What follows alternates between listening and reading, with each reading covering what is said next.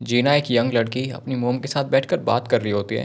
धीरे धीरे पता चलता है कि उसने डॉक्टर्स की दी हुई दवाई लेना बंद कर दिया है। लंच के टाइम पेरेंट्स के साथ बैठना उसके लिए एक टॉर्चर की तरह होता है। हर छोटी आवाज़, चबाने की आवाज़, पीने की आवाज़ सब उसे इरिटेट करती है। फिर उसे पता चलता है कि उसके पेरेंट्स उसे किसी कंपनी या इंस्टीट्यूशन में भेजना चाहते हैं। रात को जब पेरेंट्स सो जाते हैं तो जीना चुपचाप उनके कमरे में घुसकर पैसे चुरा लेती है। प्लान सिंपल होता है, बस से लॉस एंजलिस भागने का। बस जर्नी में भी उसे आवाज़ें परेशान करती रहती हैं। वो हेडफोन्स लगा लेती है जैसे दुनिया का म्यूट कर दिया हो।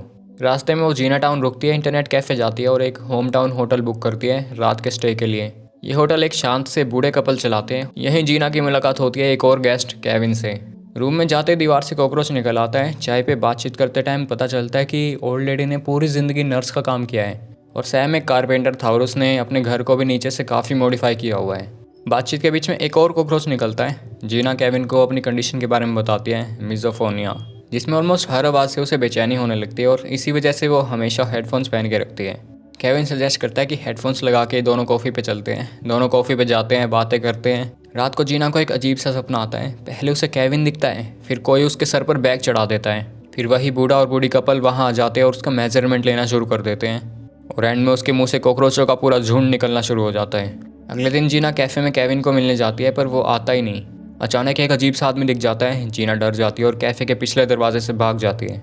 गहनी उसकी टेंशन नोटिस करती है और उसे शांत करने की कोशिश करती है और अपनी लाइफ के बारे में बताती है, कैसे वो किंडरगार्टन में काम करती थी और प्लांट्स इंसानों से बेहतर होते हैं। वो अपने ट्विन बच्चों के बारे में बताती है जिसमें से एक पैदा होते ही मर गया था। फिर जीना भी बताती है कि कैसे उसकी मॉम उसे एक फार्म पर भेज देती थी जो असल में एक मेंटल हॉस्पिटल था। जीना बताती है कि कोई अजीब सा आदमी हमेशा उसका पीछा करता रहता है। इसी वजह से वो डिसाइड करते हैं कि कुछ दिन और ओल्ड कपल के साथ ही रहेगी। रात को उसे कुछ गिरने टूटने जैसी आवाज़ें सुनाई देती हैं। दीवार के साथ साथ चलते हुए उसे एक छुपा हुआ दरवाज़ा मिलता है। अंदर जाकर उसे एक बहुत ही थकी हुई लेकिन जिंदा बॉडी मिलती है। जीना केविन को मैसेज करती है ताकि वो पुलिस को बुला सके। इसी वक्त ओल्ड लेडी भी किसी को टेक्स्ट कर रही होती है। अचानक एक मम्मी जैसी जिंदा बॉडी जीना की तरफ हाथ बढ़ाती है।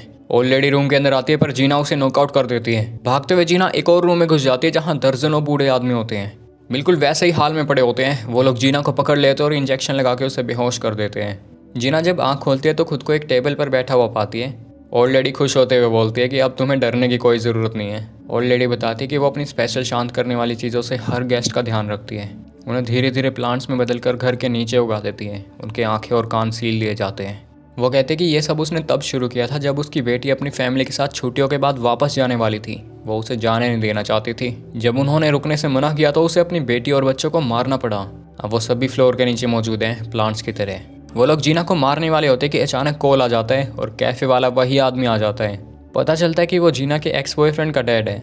बात चली रही होती है कि सैम बीच में आ जाता है और उस आदमी को मार देता है। जीना डरकर भागती है, विंडो से निकल जाती है पर कार से भागने की कोशिश फेल हो जाती है। वो बैक सीट में छुप जाती है जब डेड बॉडीज लोड की जा रही होती हैं। वो बूढ़े कपल कार को खाई में धक्का दे देते हैं। कार बुरी तरह क्रैश हो जाती है लेकिन जीना काफ़ी स्ट्रॉन्ग होती है और जिंदा बच जाती है।